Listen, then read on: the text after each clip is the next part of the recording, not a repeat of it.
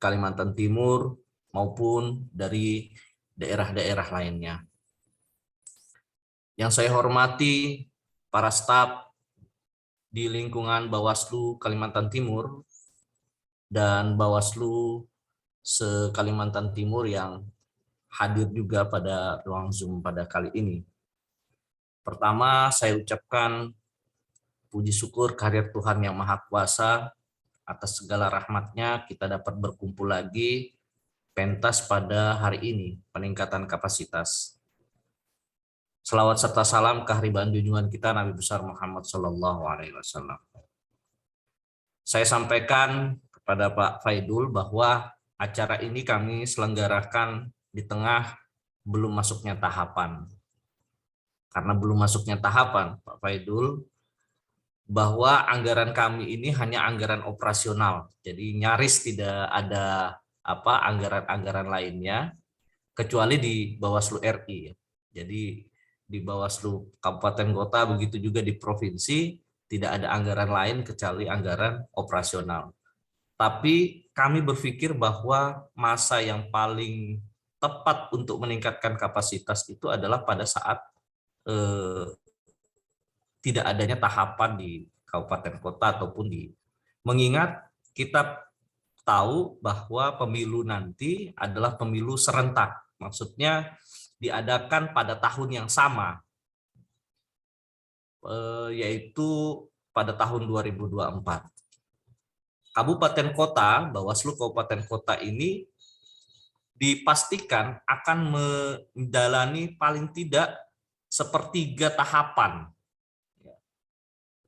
Karena mereka masa jabatannya itu berakhir di tahun 2023. Jadi sudah mendekati tahun 2024 pada masa pemungutan suara. Nah, bersyukur jika mereka akan masih bertahan sebagai komisioner di Bawaslu Kabupaten Kota, mereka akan tinggal melanjuti. Artinya pada masa sepertiga itu ada penanganan pelanggaran yang bisa jadi itu memerlukan pemikiran-pemikiran dari berbagai pihak, ya. Dan kalau tidak diasah lagi kemampuan atau peningkatan kapasitas ini akan menjadi problem nanti. Kompleksitas pada pemilu 2024 ini berbeda dengan pemilu-pemilu sebelumnya, meskipun ada persamaan, yaitu tidak menggunakan atau masih menggunakan Undang-Undang 7 tahun 2017. Tidak ada perubahan di undang-undang tersebut, mengakibatkan tidak ada juga hal-hal yang baru yang bisa dieksplorasi, kecuali mengulang apa yang terjadi di tahun 2019 lalu. Nah, tetapi ada irisan-irisan mungkin akan ada irisan-irisan karena hukum acara yang ada di Undang-Undang 7 atau Undang-Undang Pemilu maupun Undang-Undang Pemilihan atau Undang-Undang Pilkada itu berbeda. Hari ini saya mengapresiasi Pak Faidul di tengah kesibukan beliau mengisi acara pada kesempatan kali ini. Saya ucapkan terima kasih banyak. Ya. Kami akan terus melakukan peningkatan kapasitas ini di tengah situasi seperti sekarang ini belum adanya tahapan. Selanjutnya saya meminta kepada teman-teman di Bawaslu Kabupaten Kota dan juga yang ada di provinsi untuk memperhatikan usahakan tidak mematikan monitor, ya. Jika tidak ada hal yang tidak urgent, memperhatikan karena tentu apa yang disampaikan beliau sangat bermanfaat bagi kita, ya, di awal tahun 2022 ini.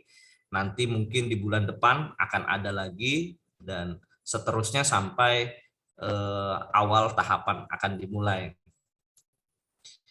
Khusus teman-teman di penanganan pelanggaran berikut stafnya Saya berharap memperhatikan dengan seksama ya, setelah sebelum-sebelumnya ada dari pematerinya dari misalnya dari tim ahli di Bawaslu RI, ada juga dari kepolisian, ada juga dari kehakiman, dari hakim pada hakim pada pengadilan negeri. Dan hari ini kita mendapatkan narasumber yang sangat berkompeten ya, sangat luar biasa dari Kejaksaan Agung. Terima kasih sekali lagi saya ucapkan Pak Muhammad Faidul Alim Romas yang pada hari ini mengisi materi pada kesempatan kali ini. Akhirul kalam dengan mengucap dan Bismillahirrahmanirrahim, dan izin Bapak Ibu sekalian, peningkatan kapasitas pada hari ini resmi saya buka. Demikian dari saya, mohon maaf apabila ada hal-hal yang kurang berkenan. Allahul muwaffiq ila aqwamit thoriq. Wassalamualaikum warahmatullahi wabarakatuh. Waalaikumsalam warahmatullahi wabarakatuh. Baiklah, untuk acara selanjutnya masuk ke acara inti, yaitu pemaparan materi yang akan disampaikan oleh Muhammad Faidul Alim Romas, SHMH, dan dipandu oleh moderator Bapak Laode Ali Imran, SHMH. Kepada narasumber dan moderator, waktu dan tempat kami persilahkan. Saya selaku MC pada kesempatan hari ini mohon undur diri. Mohon maaf atas segala kekurangan. Saya akhiri, billahi taufik wal hidayah. Assalamualaikum warahmatullahi wabarakatuh. Waalaikumsalam warahmatullahi wabarakatuh. Baik, bismillah, assalamualaikum warahmatullahi wabarakatuh. Selamat pagi, salam sejahtera untuk kita semua. Yang kami hormati Pak Ebin Marwi, selaku pimpinan Provinsi Kalimantan, salah satu pimpinan Provinsi Kalimantan Timur, dan yang kami hormati Pak Muhammad Faidul Alim Romas, SHMH, selaku narasumber kita pada kegiatan hari ini dalam acara peningkatan kapasitas. Mohon izin, saya Laode Ali Imran, selaku moderator, mohon izin untuk memandu acara inti beberapa waktu ke depan. Baik, Bapak Ibu pimpinan serta sahabat Bawaslu sekalian, izinkan saya kemudian memandu acara ini yang sebagaimana acara ini yang telah dijelaskan oleh Pak Ebin Marwi SHMH tadi. Untuk selanjutnya memperingkas waktu, kami persilahkan kepada Bapak Muhammad Faidul Alim Romas SHMH untuk menyampaikan materi yang nanti kemudian setelah itu kita akan lanjutkan dengan sesi pendalaman dalam bentuk diskusi. Waktu dan kesempatan kami persilakan, Pak. Terima kasih. Saya sampaikan kepada moderator. Yang saya hormati Pak Ebin Marwi, selaku pimpinan di Bawaslu Kalimantan Timur.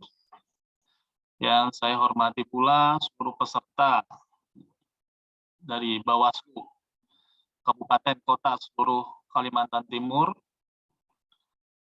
Assalamualaikum warahmatullahi wabarakatuh. Selamat pagi, salam sejahtera untuk kita semua. Pada kesempatan kegiatan ini, yaitu kegiatan pentas yang diselenggarakan oleh Bawaslu Kabupaten Kutai Kartanegara, saya ucapkan terima kasih telah menyelenggarakan kegiatan ini, karena menurut saya kegiatan pentas ini peningkatan kapasitas, terutama dalam hal materi teknik pengumpulan alat bukti, itu sangat penting. Hal ini berkaitan dengan nantinya pemahaman dalam hal penanganan tindak pidana di pemilu maupun pemilihan. Nah, memang dalam teknik pengumpulan alat bukti ini kalau saya sebutkan dalam tanda kutip merupakan sebuah seni ya.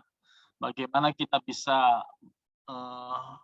membuat suatu alat bukti itu bisa kita dapatkan dan nantinya kita tampilkan di persidangan nantinya.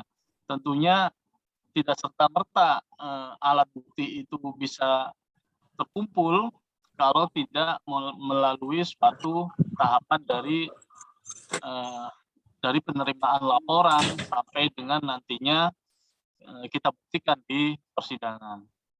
Nah, memang istilah alat bukti ini kita ambil di KUHP ya. Alat bukti ini memang baru bisa dikatakan sebuah alat bukti kalau kita sudah kita buktikan nantinya di pengadilan.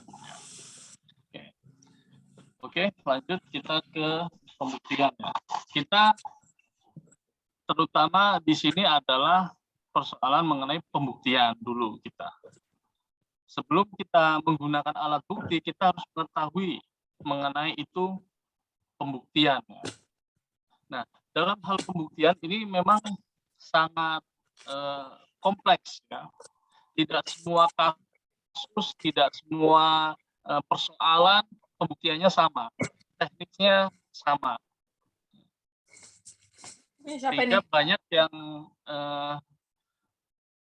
teman-teman dari penyidik ya, dari kepolisian ataupun nanti dari Bawaslu dalam hal pengumpulan alat bukti itu ini kasusnya sama di daerah A, sama ini kasusnya seperti ini.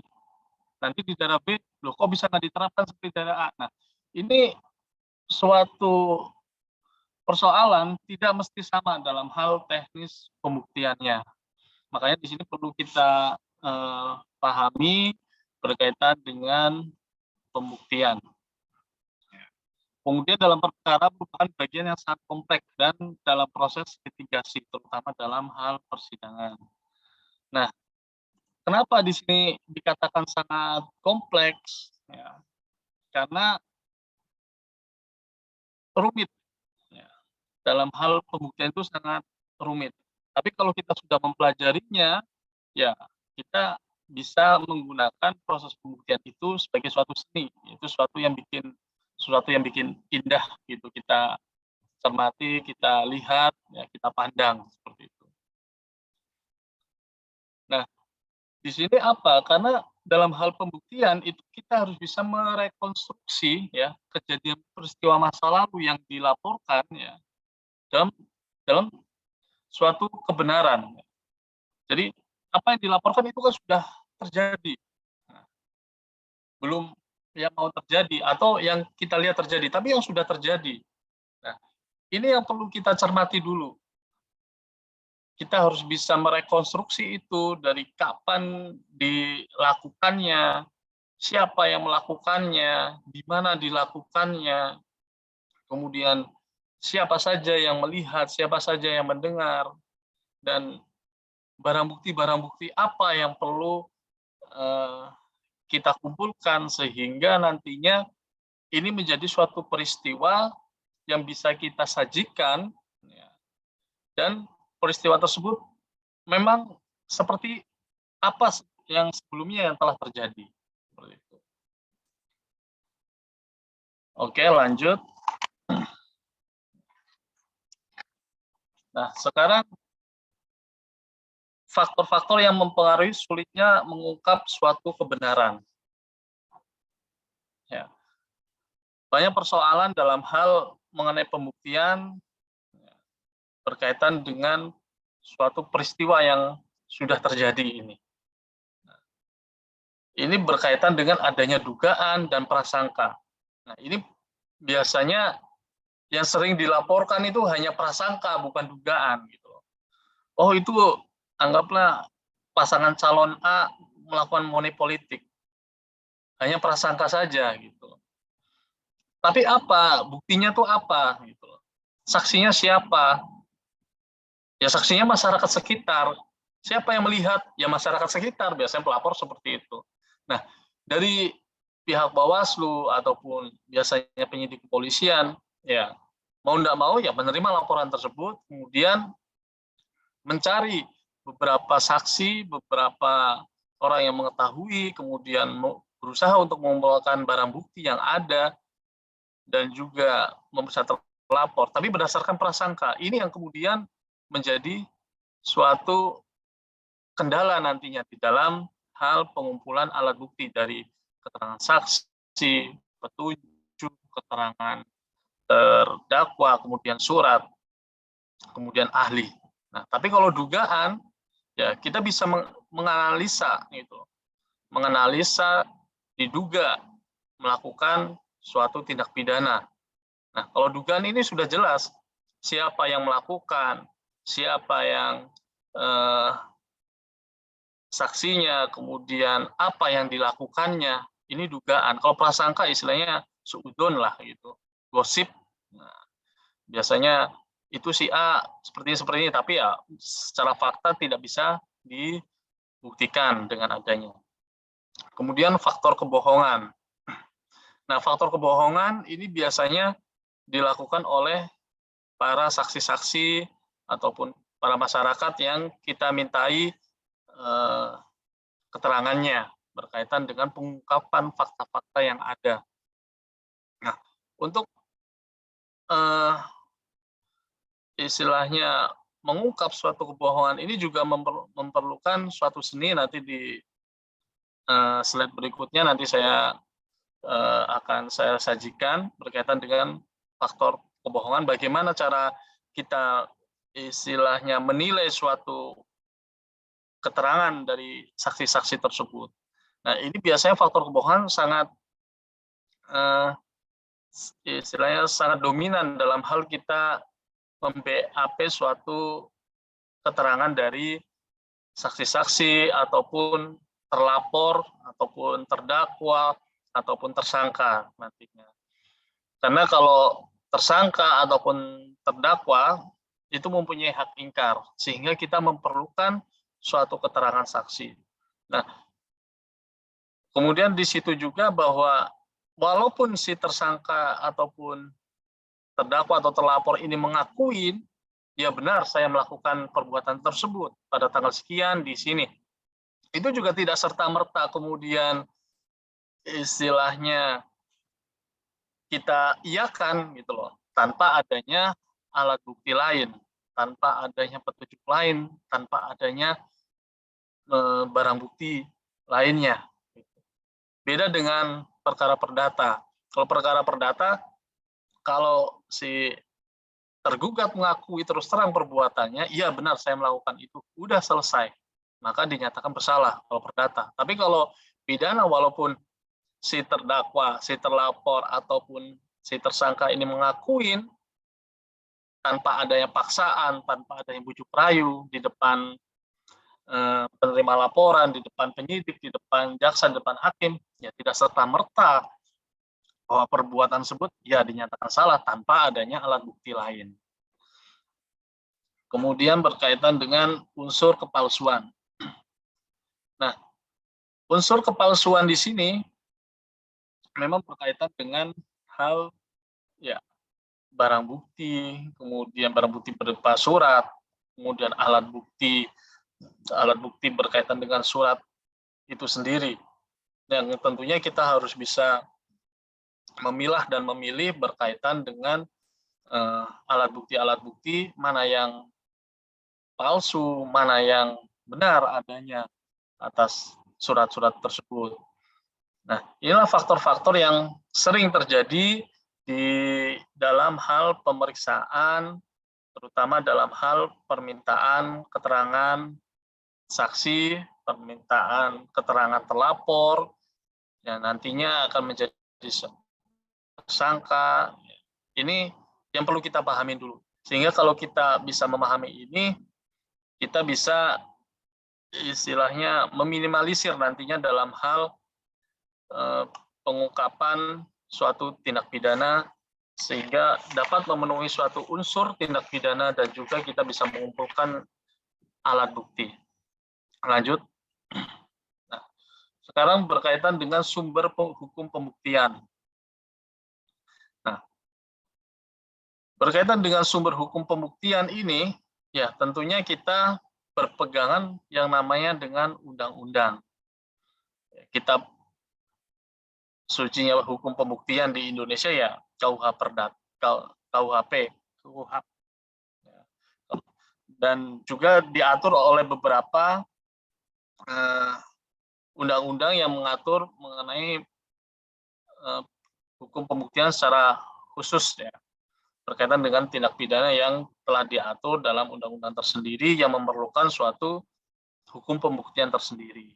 Nah, tapi terkadang berkaitan dengan undang-undang ini juga terkadang tidak lengkap. Terkadang kita bisa sulit untuk memahami suatu undang-undang dalam hal pembuktian ini. Banyak undang-undang yang istilahnya kalau kita lihat di penjelasan cukup jelas, tapi padahal kita sendiri dalam memahami undang-undang tersebut, pasal-pasal tersebut, sangat kita sulit memahaminya. Saya pun yang sering beracara di persidangan dalam hal membaca undang-undang, memahami undang-undang, ya terutama apa sih maksud dari pasal ini itu apa, ya terkadang kita pun butuh yang namanya diskusi yang cukup panjang untuk mengupas satu pasal ini, apa yang dimaksud ini. Karena apa, di dalam undang-undang terdapat pasal itu, kalau di istilahnya kalau di KUH pidana itu ada yang namanya memori vantulichting, ya semacam asbabun nuzul lah. Kenapa lahirnya pasal ini tuh apa? Kemudian kita harus mempelajari, kalau kita sudah mentok terhadap undang-undang, ya baru kita mempelajari yang namanya doktrin atau ajaran dari pendapat-pendapat dari ahli berkaitan dengan hal pembuktian. Kemudian juga kita berpegang juga berkaitan dengan jurisprudensi, yaitu putusan-putusan hakim yang terdahulu berkaitan dengan suatu pembuktian ya. Tapi ini juga kita harus bisa memahami mana sih yang kita bisa ambil terhadap jurisprudensi ini, karena apa, tidak semua persoalan, tidak semua suatu kasus itu sama.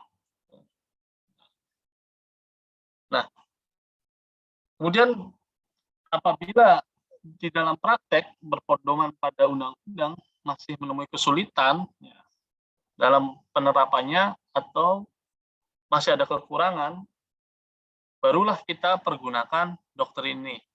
Jadi yang pertama itu tetap kita harus berpegang teguh pada undang-undang,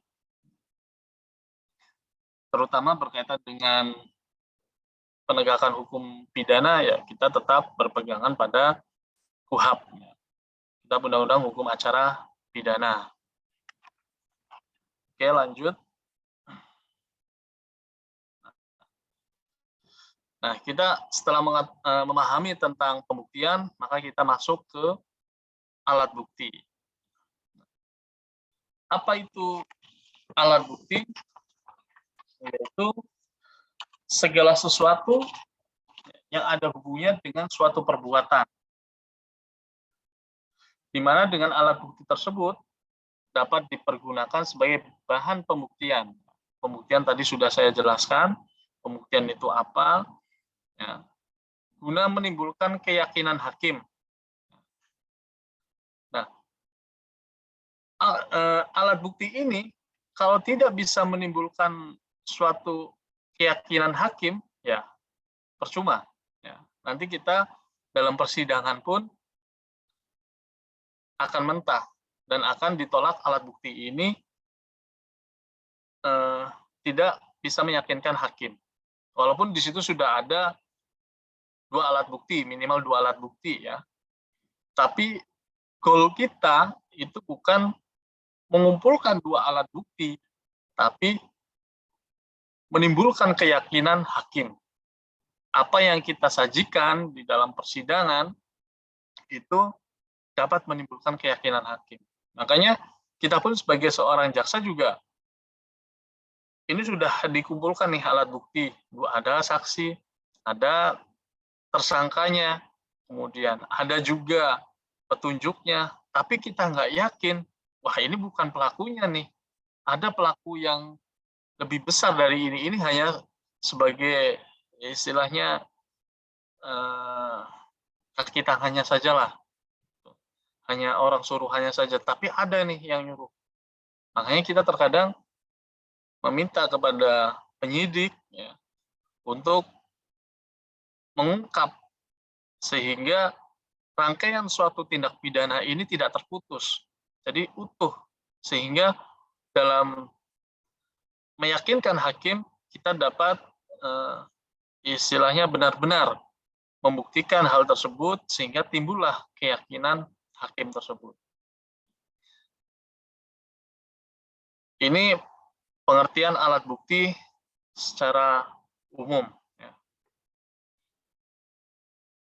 Nah, kemudian berlanjut dengan macam-macam alat bukti. Nah, mungkin sudah kita pahami bersama berkaitan dengan macam-macam alat bukti. Secara umum, macam-macam alat bukti di dalam KUHP itu ada 5. Ya. Yang pertama adalah keterangan saksi, di mana keterangan saksi ini tidak semudah yang kita bayangkan, yang kita pahami ya. Di sini keterangan saksi, oh sudah ada saksinya nih. Tapi apakah benar-benar saksi ini berkualitas? Apakah saksi ini keterangan-keterangan yang telah memenuhi unsur? Ya. Apakah saksi ini benar-benar orang yang melihat atas peristiwa tersebut? Kita harus dapat menilainya. Karena keterangan saksi ini tidak cukup untuk membuktikan bahwa terdakwa bersalah terhadap perbuatan yang didakwakannya, sehingga perlu disertai dengan alat bukti sah lainnya. Jadi tidak cukup, oh sudah ada dua orang saksi. Tapi kita di persidangan, kita juga membutuhkan yang namanya alat bukti sah lainnya. Kemudian keterangan ahli, ya, apa yang seorang ahli nyatakan dalam persidangan, ya tentunya kita bisa meminta keterangan ahli berkaitan dengan keahliannya, seperti berkaitan dengan ahli pidana, kemudian berkaitan dengan persoalan audit, kemudian ahli berkaitan dengan forensik. Nah, kita bisa meminta hal tersebut kepada ahli untuk menambah alat bukti. Kemudian alat bukti surat, ya, berkaitan dengan surat-surat yang di sini dikeluarkan oleh pejabat yang berwenang, yang kita butuhkan di sini kalau memang perbuatan pidana itu berkaitan dengan persoalan pembuktian mengenai surat, ya, ataupun yang membutuhkan alat bukti berupa surat. Ya, contohnya istilahnya kayak visum, kemudian contohnya seperti audit investigatif. Ini berkaitan dengan alat bukti surat. Yang kemudian keterangan terdakwa. Nah, di sini juga keterangan terdakwa sama halnya mempunyai kesulitan tersendiri dalam hal mengungkap apa yang dilakukan terdakwa ini, karena terdakwa di sini mempunyai hak ingkar dan tidak dilakukan penyumpahan.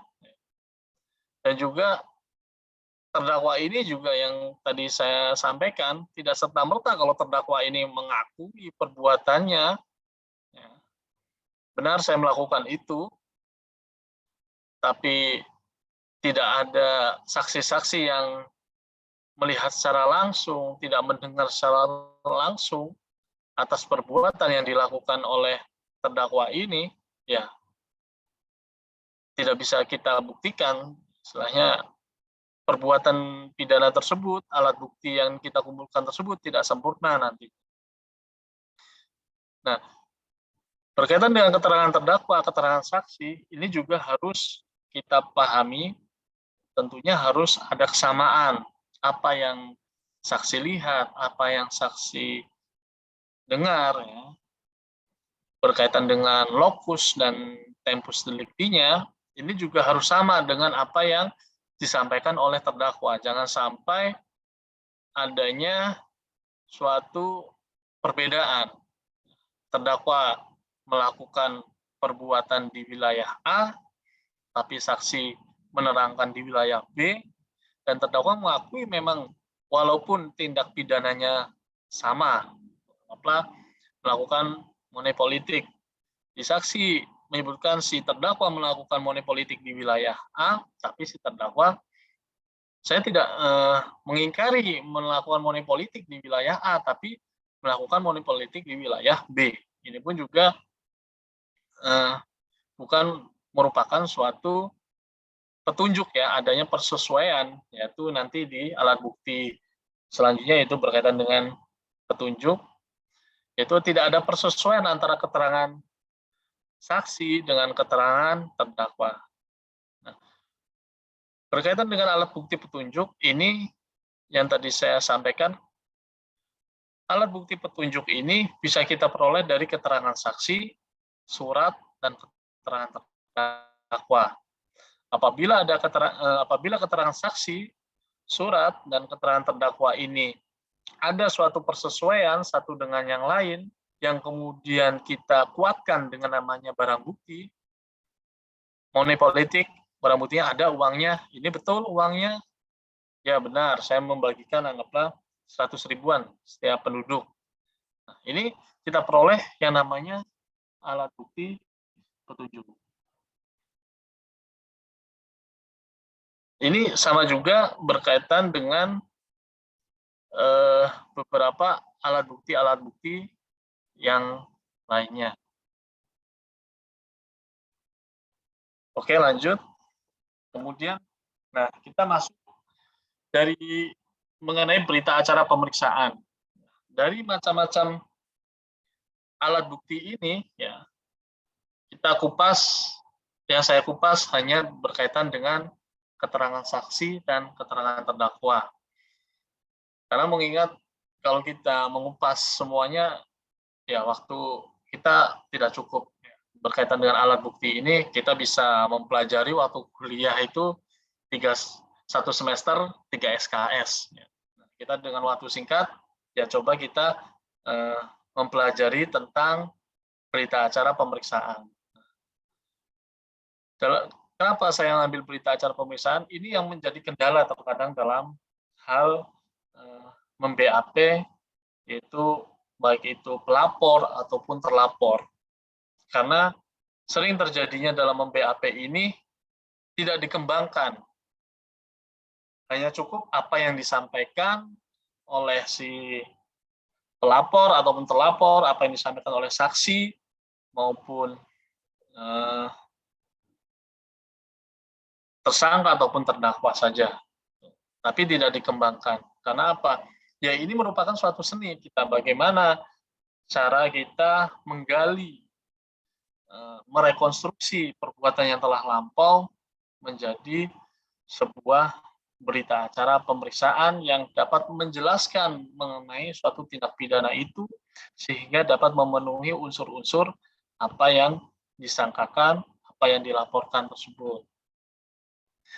Nah, di sini pengertiannya yaitu proses tanya jawab secara terstruktur dengan pihak pemeriksa.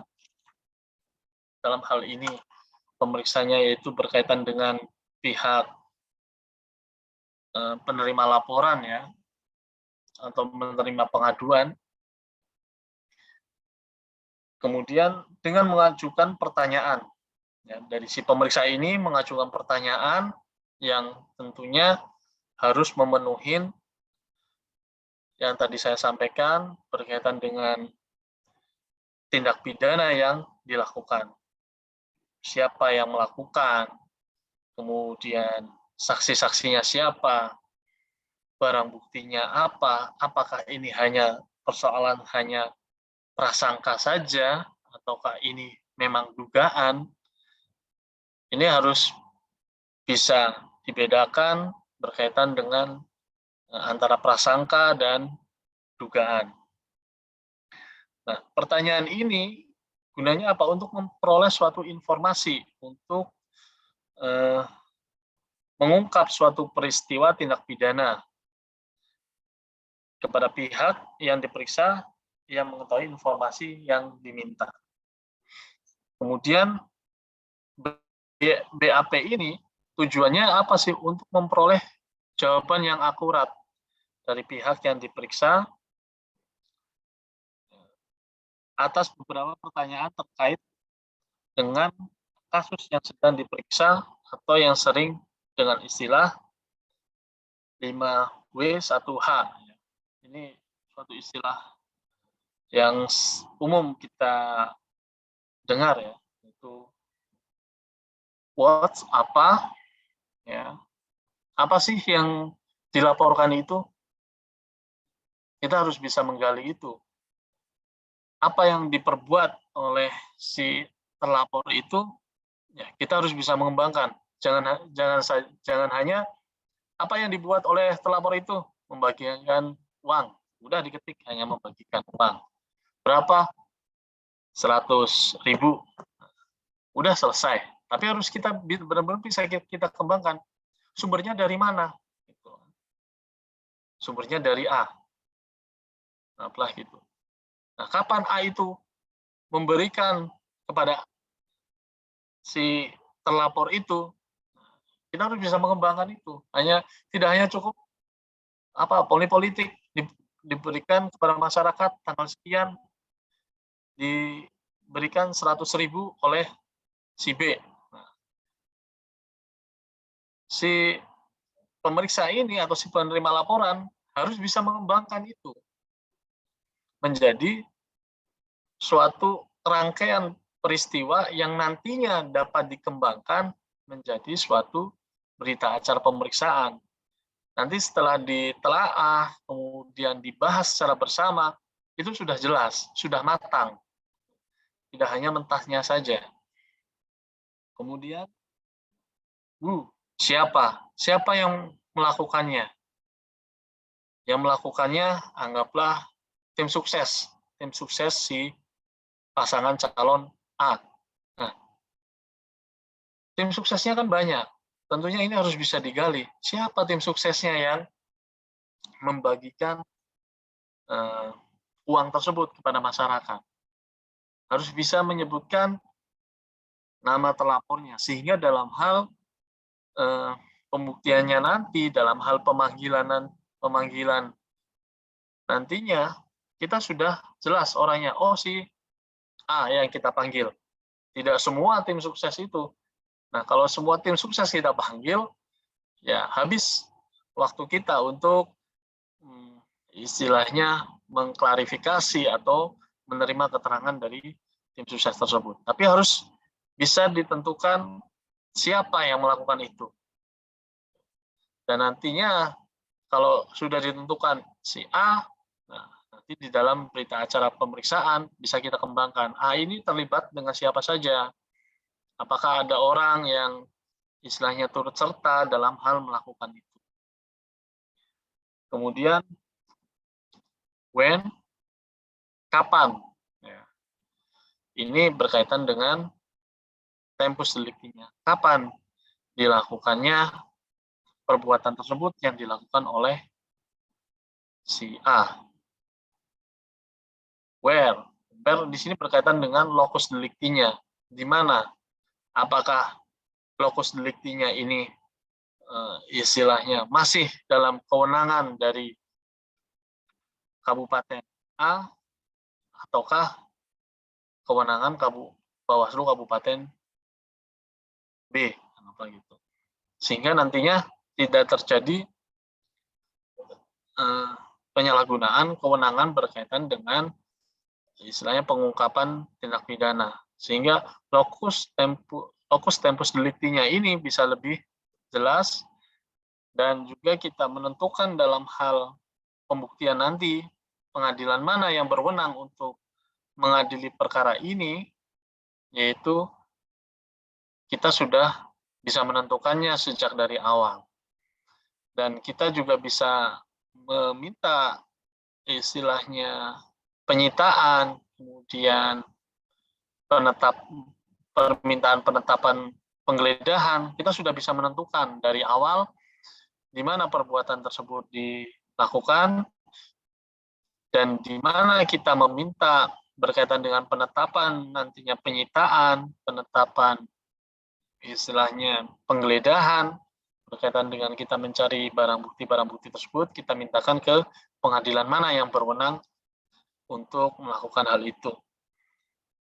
Kemudian why ya, w selanjutnya why, yaitu mengapa perbuatan tersebut dilakukan oleh si pelaku, anggaplah seperti itu. Oh, karena ada yang disuruh. Nah, kita harus bisa mengungkap itu, karena suatu tindak pidana kalau yang melakukannya adalah seorang diri, ya tanpa adanya suatu pihak-pihak lain, ya berkaitan dengan tindak pidana pemilu, itu saya rasa tidak mungkin. Tentunya banyak istilahnya orang di atasnya yang terlibat dalam hal melakukan suatu tindak pidana. Yang biasa kita ungkap hanya orang yang telah disuruh oleh orang di atasnya saja. Tanpa kita bisa mengikat, istilahnya mengungkap orang di balik si pelapor itu. Kemudian berkaitan dengan how, ya, bagaimana, ya. Nah, disinilah yang satu H ini, how ini, inilah pengembangan kita yang perlu kita dalami betul-betul, yang perlu kita kupas betul-betul di bagaimana ini, bagaimana dia melakukannya, bagaimana dia bisa berhubungan dengan orang yang menyuruhnya itu, bagaimana kita si tertuduh itu mendapatkan uang tersebut, seperti itu. Kemudian bagaimana saksi ini bisa melihat perbuatan yang dilakukan oleh si terlapor, si tersangka, si terdakwa itu. Ini pengembangannya di satu H ini. Inilah tujuan dari berita acara pemeriksaan. Nah, untuk perkara seperti tindak pidana korupsi, kemudian tindak pidana money politik yang tadi saya sampaikan, ini ditambahkan lagi how much, ya, berapa besarnya. Apakah si terlapor ini anggaplah menerima honor, ya, berapa besarnya, kamu sebagai tim sukses untuk membagikan uang ini kepada masyarakat, berapa sih yang kamu dapatkan? Fee-nya berapa? Jadi untuk pidana-pidana tertentu seperti money politik berkaitan dengan uang terutama itu ditambah satu H lagi, jadi 5W dan 2H itu. Oke, lanjut. Nah, kemudian kita masuk ke metode pemeriksaan. Nah, metode pemeriksaan ini kita biasanya di kejaksaan mengadopsi metode pemeriksaan PIS, ya. PEACE. Ini yang biasa kita lakukan dalam hal pengungkapan suatu tindak pidana korupsi. Tapi juga bisa digunakan dalam hal pengungkapan tindak pidana lainnya.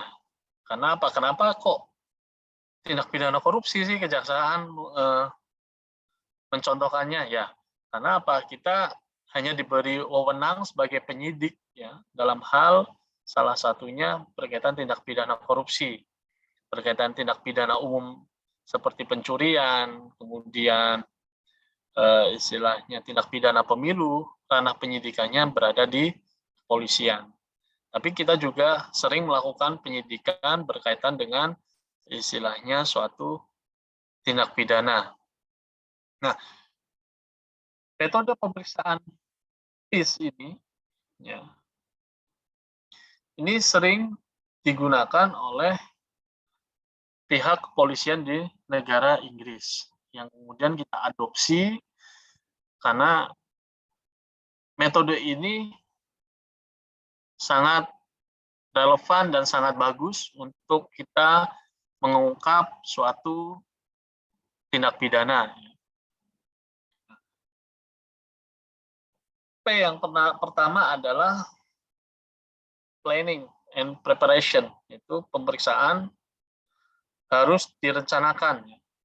Harus kita rencanakan dulu. Setelah kita ada laporan, kita rencanakan.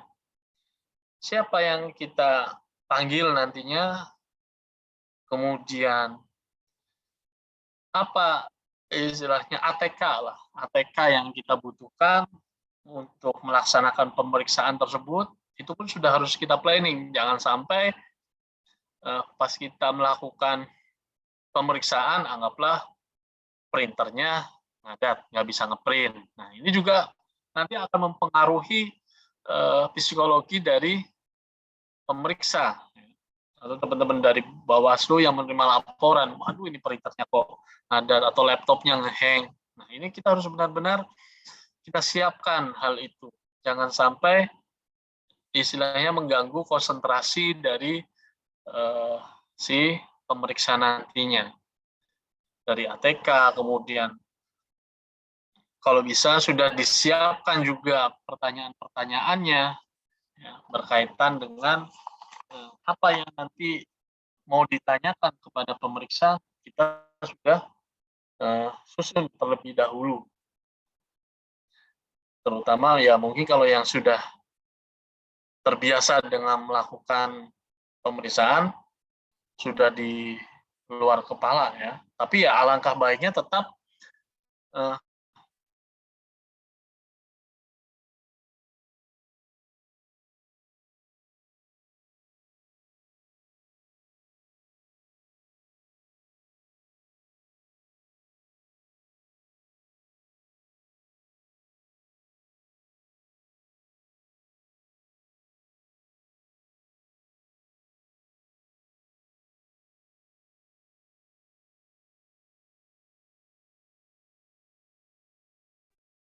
untuk mengungkap perbuatan si pelaku ini, mana dulu yang kita periksa nih? Istilahnya biar istilahnya berurutan, runtut. Untuk melangkah selanjutnya, oh sudah kita lakukan pemeriksaan terhadap si A. Nah, si A ini bisa menggali, oh rupanya ada perbuatan si B. Kalau kita bisa menggali ke B, A belum tentu kita bisa mendapatkan keterangan tersebut. Kita harus bisa menentukan siapa dulu nih yang mau kita periksa. Ya, ini juga suatu seni ya untuk memilih. Ya tidak semuanya orang kemudian, udahlah yang dilaporkan ini si A. Nah, kemudian kita panggil si A tanpa harus planning saksi-saksi, siapa yang sebelum kita memeriksa terlapor ini, kita meriksa siapa dulu. Nah, kalau sudah memeriksa si saksi-saksi ini, apa kita masih butuh saksi lain untuk sebelum memeriksa si terlapor, si tersangka terdakwa ini? Nah, kita pun dalam persidangan, kita juga tidak semua saksi yang ada di dalam berkas perkara kita periksa semua gitu. Kita juga memilah-milah mana sih perbuatan-perbuatan yang sekiranya saksi ini dapat menguatkan pembuktian nantinya di persidangan. ini kita juga melakukan istilahnya pemilahan terlebih dahulu.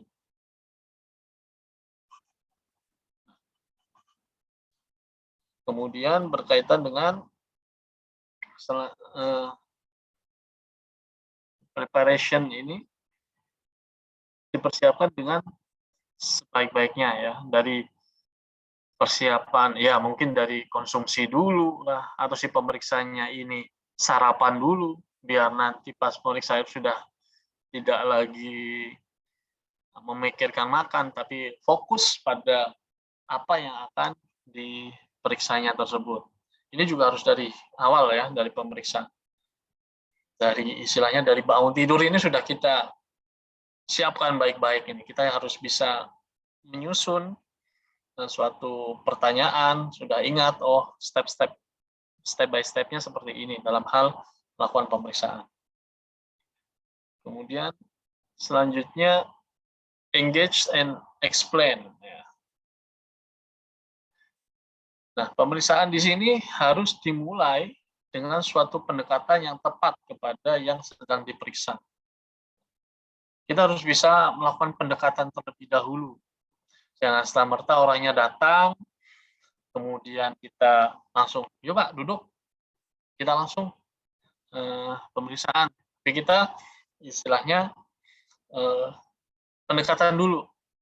Ya, ngajak ngopi-ngopi dulu di istilahnya di lobi ya. Kita ngobrol-ngobrol dulu.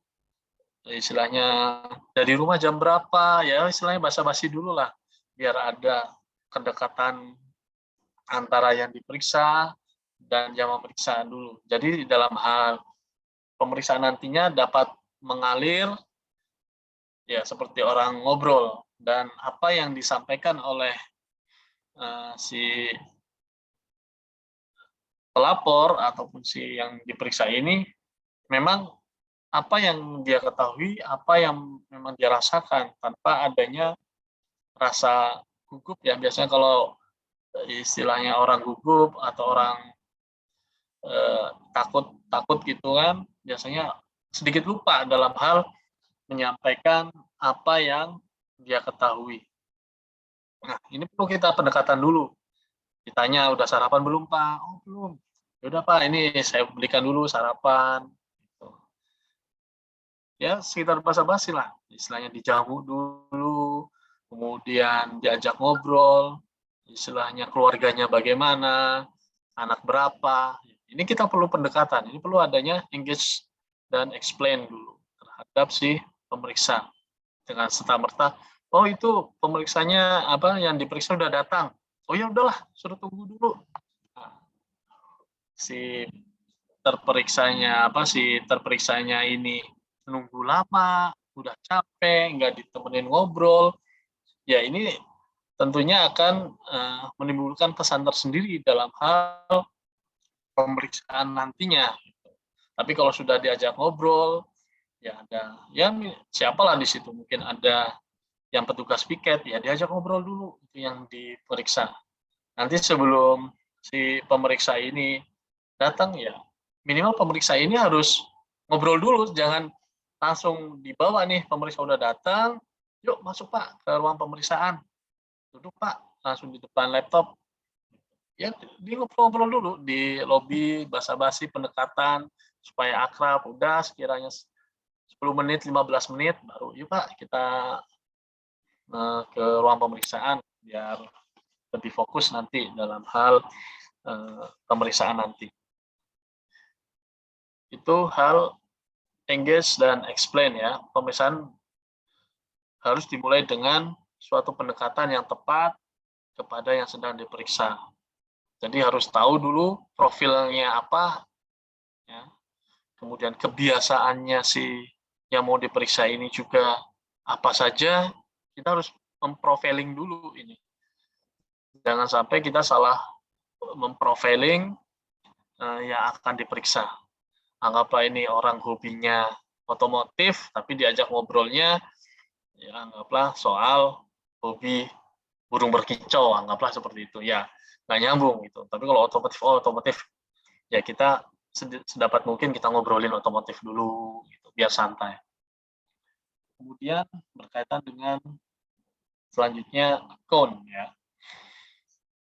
Nah, account ini pemeriksaan dilakukan dengan teknik cognitive interview, ingatan bebas ya. Kemudian conversation management, itu manajemen percakapan. Nah, dua metode ini yaitu cognitive interview, ingatan bebas, ini biasanya dilakukan kepada pemeriksa, dari pemeriksa ke terperiksa ini, itu kalau yang kooperatif,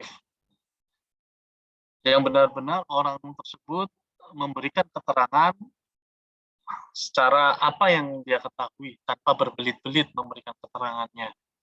Ini biasanya kita menggunakan metode ingatan bebas ya, cognitive interview bebas. Tapi kalau yang istilahnya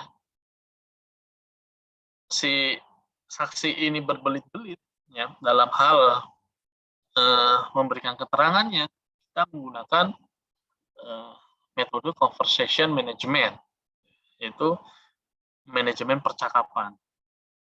Kita harus bisa mengendalikan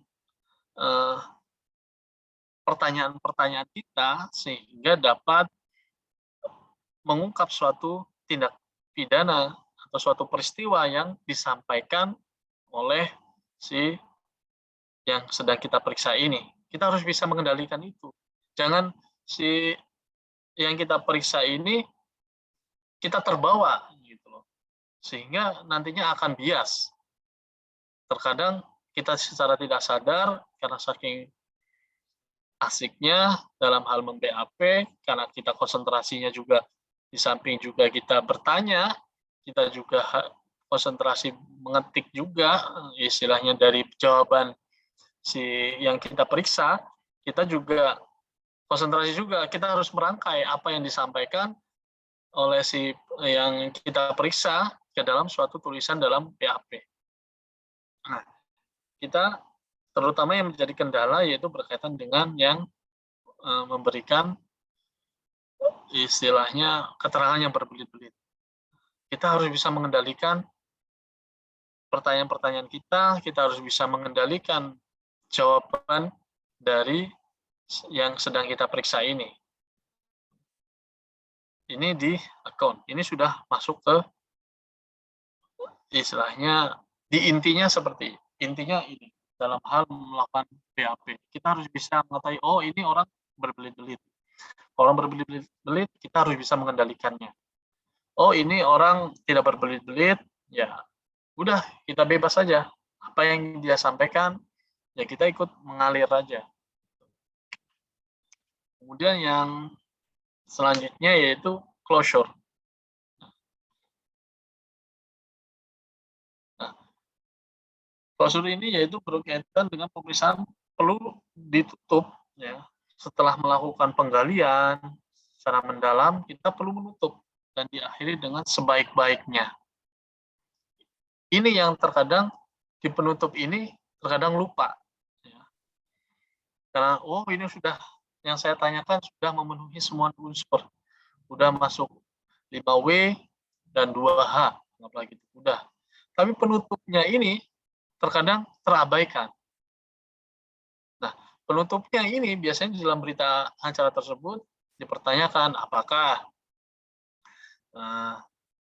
saudara pelapor pada saat memberikan laporan diarahkan oleh si pemeriksa. Jawabannya, apakah si pelapor ini ditekan, dipaksa untuk memberikan keterangan ini. Nah, ini terkadang yang sering dilewatkan.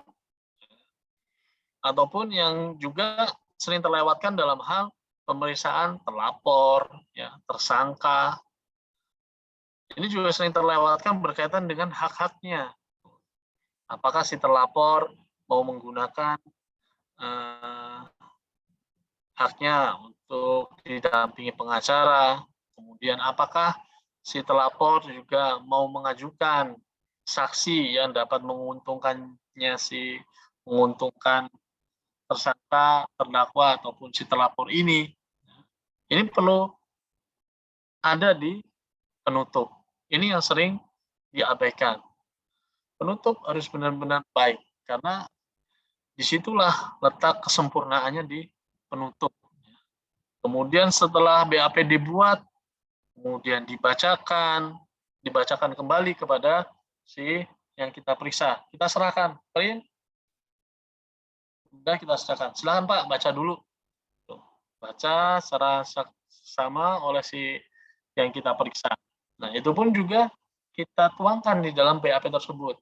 Setelah BAP tersebut dibaca oleh si tersangka atau terlapor, maka selanjutnya terlapor membubuhkan tanda tangan tersebut dan memberikan paraf di masing-masing berita acara. Nah, ini paraf juga di masing berita acara, di masing halaman berita acara juga terkadang terlewatkan. Ini di klausurnya.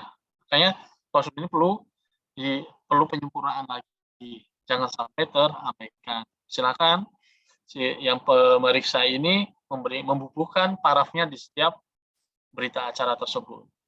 Dan yang memeriksa juga membubuhkan parafnya di setiap halaman BAP tersebut. Ini juga dituangkan. Inilah di bagian penutup ya, dalam metode pemeriksaan. Atau metodenya closure. Selanjutnya evaluasi. Nah, dalam hal evaluasi ini perlu pembahasan bersama ya, oleh seluruh tim, ya, yaitu yang memeriksa si A siapa, yang memeriksa si B siapa, memeriksa si C siapa, yang memeriksa si D siapa, yang memeriksa terlapor siapa. Ini perlu kita evaluasi bersama. Apakah dari sini ada istilahnya persesuaian keterangan dari masing-masing saksi, masing-masing terlapor, kemudian apakah ada kejanggalan di keterangannya si A, ataukah di keterangan si A belum terungkap apa yang telah disampaikan oleh si B, anggaplah gitu. Ini perlu kita evaluasi bersama berkaitan dengan berita acara pemeriksaan tersebut. Nah, terkadang kita mem-BAP si A, kita lupa, gitu. Kita lupa tidak menanyakan apa yang ditanyakan oleh anggaplah pemeriksa si C. Oh iya, saya lupa. Ini kan perlu ada evaluasi. Nanti perlu adanya istilahnya pemeriksaan lanjutan untuk mengungkap apa yang sebelum kita tanyakan kepada si terperiksa ini. Ini perlu adanya evaluasi. Inilah metode pemeriksaan PIS ya yang tentunya kita terapkan di dalam hal menggali keterangan dari saksi, dari terlapor, ya, kemudian tersangka, terdakwa. Inilah metode pemeriksaannya, yaitu metode PIS. Oke, selanjutnya.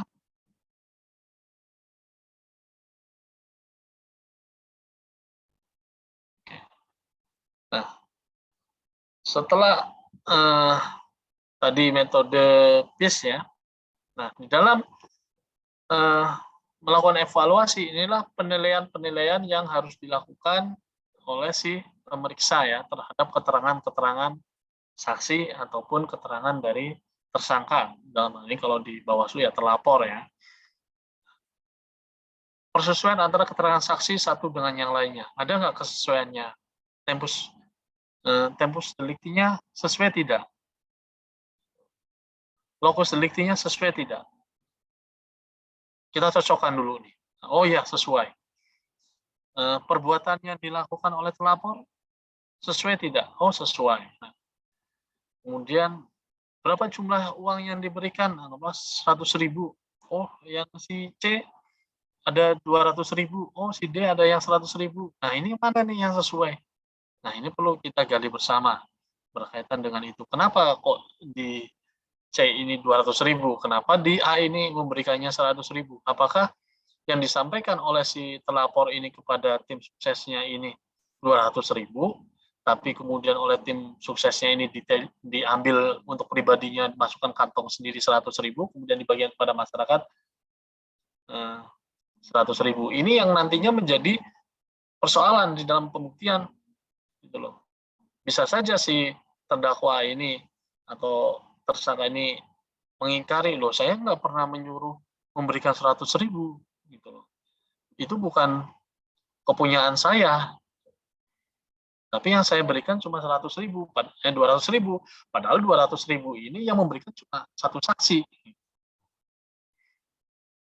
Nah, ini kan tidak menimbulkan minimal dua alat bukti keterangan saksi. Ini tidak adanya persesuaian. Nah, inilah perlunya pengevaluasian hal penilaian terhadap keterangan-keterangan yang sudah digali oleh pemeriksa. Kemudian adanya persesuaian antara keterangan saksi dengan alat bukti lainnya. Nah, ini kemudian dari keterangan saksi dinilai juga dengan alat bukti lainnya, yaitu dari keterangan terdakwa. Kalau ada berkaitan dengan surat, pemalsuan surat, ya ada berkaitan dengan pembuktian alat bukti berupa surat. Nah, kemudian disesuaikan lagi, oh ini ada persesuaian menjadi sebuah alat bukti berupa petunjuk. Nah, kemudian yang selanjutnya yaitu alasan yang mungkin dipergunakan oleh saksi untuk memberikan keterangan yang tertentu. Nah, biasanya ada alasan-alasan saksi yang mau disampaikan, tapi karena dia merasa takut, kemudian dia merasa terintimidasi karena adanya tekanan-tekanan dari pihak luar, sehingga tidak disampaikan. Karena ada pelapor, karena pelapor itu tidak, istilahnya tidak ada beban apapun, ya biasanya disampaikan oleh pihak pelapor secara detail. Tapi kita bisa menanyakan hal tersebut kepada si saksi yang istilahnya ada tekanan ini. Kita menggali lagi, tidak hanya sampai berhenti di situ saja. Dari keterangan si C, yang pihak pelapor, anggaplah, kita adopsi keterangan tersebut ke keterangan pihak, anggaplah tim suksesnya. Kemudian penilaian terhadap keterangan saksi selanjutnya yang terakhir yaitu cara hidup dan kesusilaan saksi. Kita harus bisa juga dari BAP itu, kita harus bisa mengetahui, ya, kita sudah bisa memprofiling, oh orang ini cara hidupnya anggaplah sederhana, kemudian kalau dapat dipercaya, anggaplah seperti itu, kemudian tidak pernah berbohong, kemudian istilahnya tidak pernah melebih-lebihkan apa yang diomongkannya, apa yang dia ketahui tidak dilebih-lebihkan, tidak lebay, istilahnya seperti itu. Kita ya di metode pendekatan tadi kita sudah memprofiling sehingga dalam hal BAP tersebut, nah, kita di dalam penilaiannya terhadap keterangan saksi ini kita sudah bisa menilai itu. Apakah memang apa yang disampaikan oleh si saksi ini sesuai dengan fakta, tidak dilebih-lebihkan, dan benar adanya tidak bohong si saksi ini. Inilah penilaian-penilaian terhadap keterangan saksi. Ada 4 ya, secara garis besar. Oke, selanjutnya. Nah, sekarang teknik pemeriksaan saksi.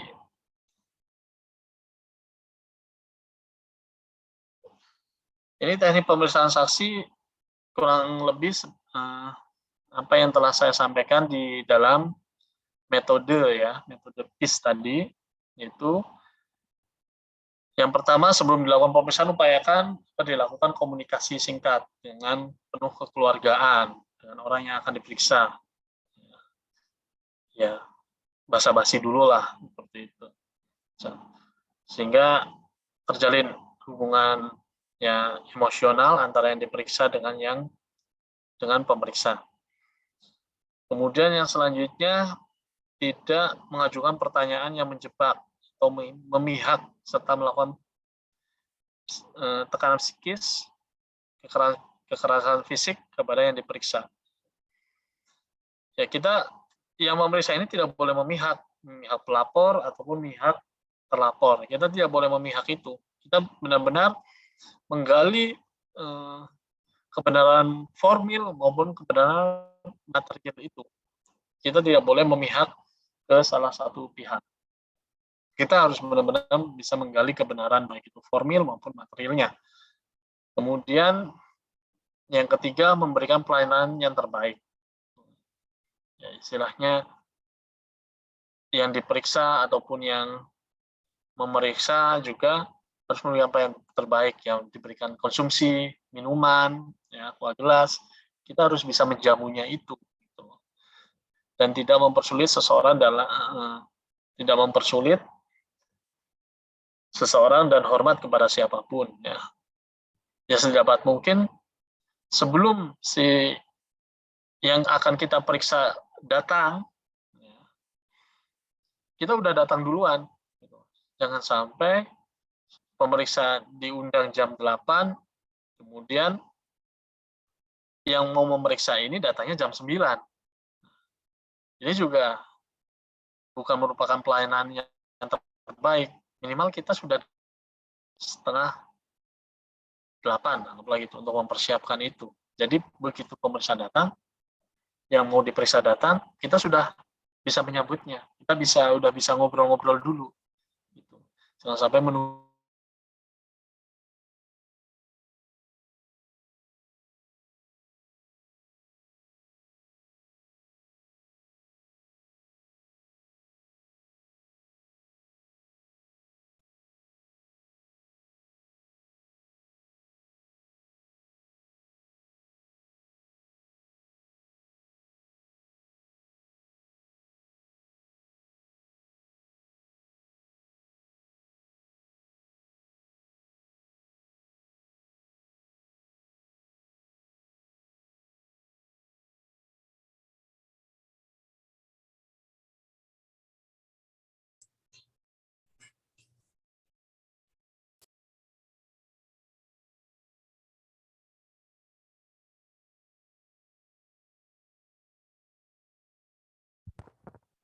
Materi kayaknya cek cek kayaknya kita terputus dengan pemateri. Mungkin kita bisa menunggu sejenak dulu untuk bisa tersambung kembali dengan narasumber.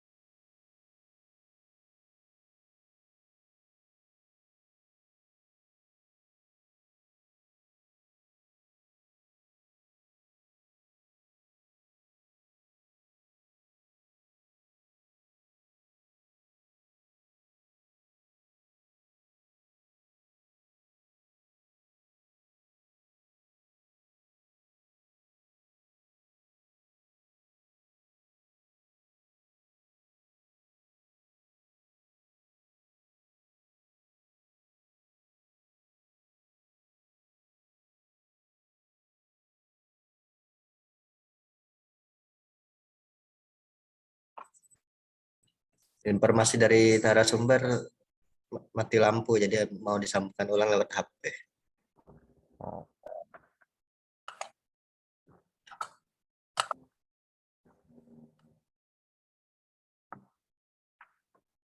Kirain Pak Sopian yang jadi narasumber digantiin.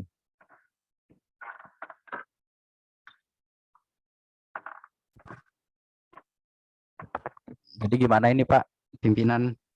Apakah kita lanjut diskusi ataukah diganti jadwal ini untuk diulangi?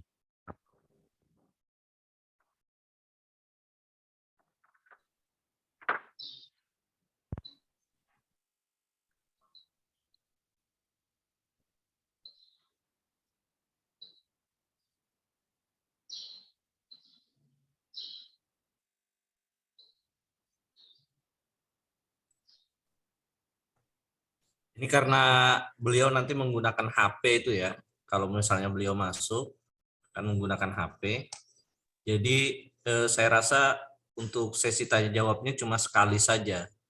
Kalau beliau masuk, sesi tanya jawabnya sekali saja karena itu pasti akan menguras kuotanya mereka, kuotanya pemateri. Jadi hal-hal yang tidak perlu ditanyakan, tidak perlu ditanyakan. Kalaupun mau bertanya, cukup 3 penanya saja.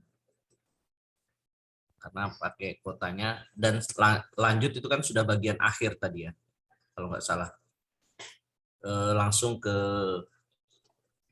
slide terakhirnya atau closing statement tentang itu. Baik, pimpinan siap.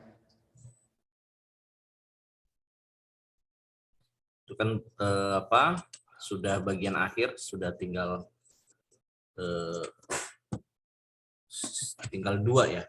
Coba dilihat, tinggal 2 materi langsung di bagian akhir. Atasnya, bawahnya.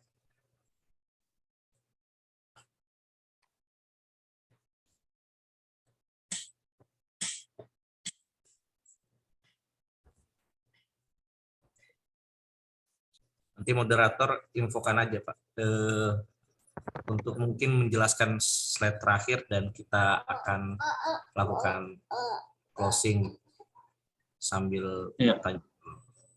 Siap.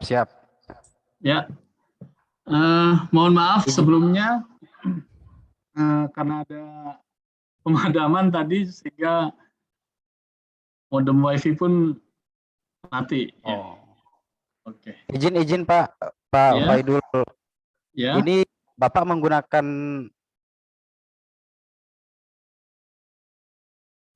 handphone. Kayaknya pakai laptop sudah beliau ini. Iya, pakai laptop ya? ini. Iya. Oh ya, berarti aman ya Pak ya? Iya, aman.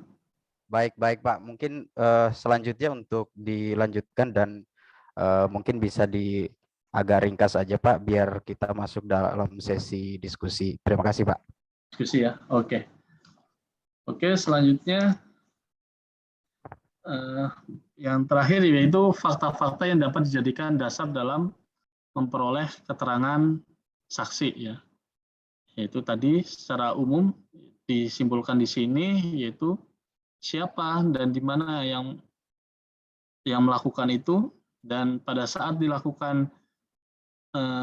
pelaku itu melakukan perbuatan tersebut, saksi berada di mana juga kita harus menanyakan itu. Apakah saksi pada saat itu memang berada di lokasi kejadian, ataukah saksi itu hanya mendengar dari omongan tetangganya, seperti itu. Kemudian selanjutnya yaitu bagaimana dan apa alibi pelaku dan saksi. Apa yang saksi lihat, kemudian apa yang saksi sangkal, itu kita juga harus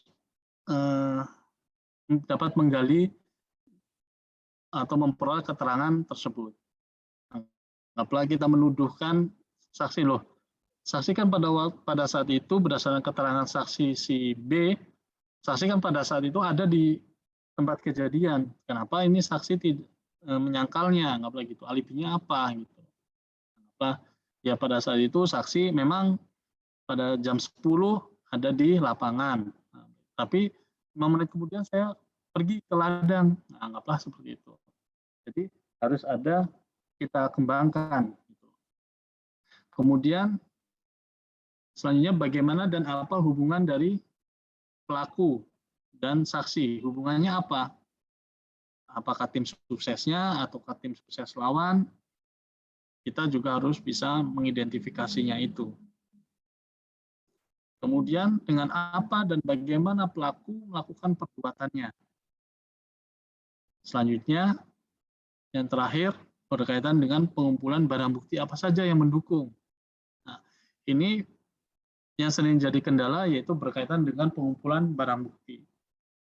Ada di suatu daerah yaitu di mana terjadi money-politik. Money-politik itu berupa bantuan semen, bantuan batu bata, bantuan genteng, bantuan keramik untuk membangun musola. Kemudian semen, keramik, semuanya sudah terpasang di musola itu, tapi semua di atas pelapor itu menyatakan, oh itu bantuan dari tim sukses ini, money-politik. Apakah kemudian barang bukti yang sudah menempel itu kita bongkar satu-satu? Kemudian apakah musolanya itu kita sita sebagai barang bukti? Ya tidak tentunya. Yang kita sita yaitu berkaitan dengan istilahnya kita telusurin. Nah, pasangan ini beli semennya di toko bangunan mana sih? Nah, kalau di toko bangunan Sumber Maju, nah kita minta notanya, ada nggak nota pembelian semen sekian sak, apa gitu? Ada nggak pembelian keramik sekian ribu oleh si pasangan A? Nah, yang kita sita yaitu hasil nota-nota pembeliannya. Ini bukti nota pembelian kamu. Kemudian ada bukti penyerahannya, bukti pengirimannya. Itu yang kita lakukan penyitaan terhadap barang bukti tersebut. Jangan sampai menjadi persoalan yang kemudian hari, waduh barang buktinya ini udah tertempel semua ini keramiknya, semennya, nggak ada barang bukti. Nah, tapi ya barang buktinya yang tadi kita harus bisa, oh mana sih yang sekiranya dapat menjadi barang bukti. Oke, mungkin dari saya cukup sekian, kurang lebihnya mohon maaf, dan saya juga mohon maaf yang sebesar-besarnya tadi karena ada kendala teknis berkaitan dengan pemadaman. Billahi taufik wal hidayah. Wassalamualaikum warahmatullahi wabarakatuh. Waalaikumsalam warahmatullahi wabarakatuh. Baik, terima kasih Pak Muhammad Faidul Alim Romas SHMA atas pemaparan materinya. Beberapa hal tadi yang kami bisa catat mengenai teknik pembuktian atau teknik pengumpulan alat bukti yang dimana semuanya ini dimaksudkan untuk melakukan pembuktian dalam dugaan suatu tindak pidana pemilu dalam rangka memberikan keyakinan terhadap hakim agar bisa mengungkap atau bisa memberikan keputusan yang seadil-adilnya. Nah, banyak tadi yang disampaikan oleh Pak Faidul, terutama yang saya coba garis bawahi terkait dengan ketentuan 184 KUHP, yaitu ada saksi, ahli, surat, keterangan terdakwa, dan petunjuk. Dari kesemuanya ini untuk kita bisa mengungkap suatu fakta atau suatu peristiwa pidana yang kemudian dihubungkan antara satu dengan yang lainnya, yaitu bagaimana saksi dengan saksi keterangannya, bagaimana keterangan saksi dengan alat bukti yang lain. Ini harus semuanya bisa berkesesuaian sehingga bisa menghadirkan atau bisa menyajikan suatu fakta yang sesungguhnya. Mungkin itu beberapa hal yang bisa kami garis bawahi. Untuk selanjutnya kami persilahkan kepada audiens, Bapak Ibu pimpinan kabupaten kota dan rekan-rekan sahabat Bawaslu di Provinsi Kalimantan Timur dan kabupaten kota se-Kalimantan Timur untuk bertanya. Kami hanya berikan satu sesi dengan 3 pertanyaan. Waktu dan kesempatan kami persilakan.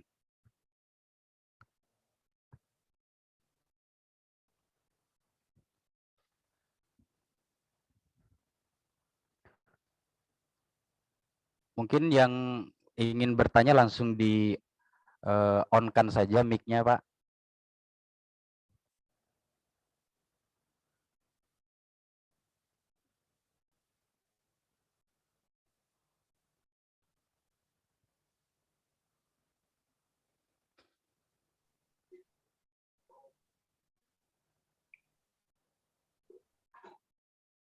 Mohon izin Mas, dari Balikpapan. Monggo, Pak. Oke. Assalamualaikum warahmatullahi wabarakatuh. Selamat pagi, salam sejahtera buat kita semua. Yang saya hormati pimpinan Bawaslu Provinsi Kaltim, Bapak Ebin Marwi.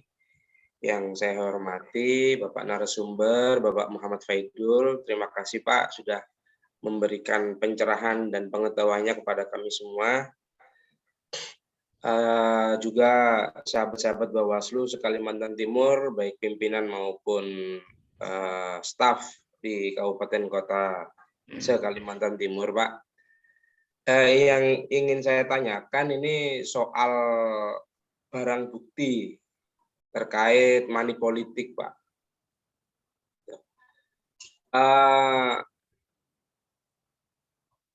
Biasanya yang terjadi adalah pembagian uang ya Pak. Gitu.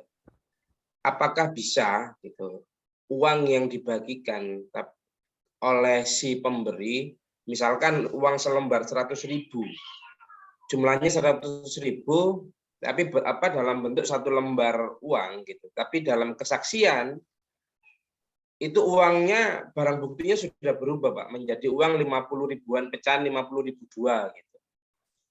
Apakah bisa seperti itu, Pak? Atau ya kita fokus pada angkanya, pada nominalnya saja, tapi mengesampingkan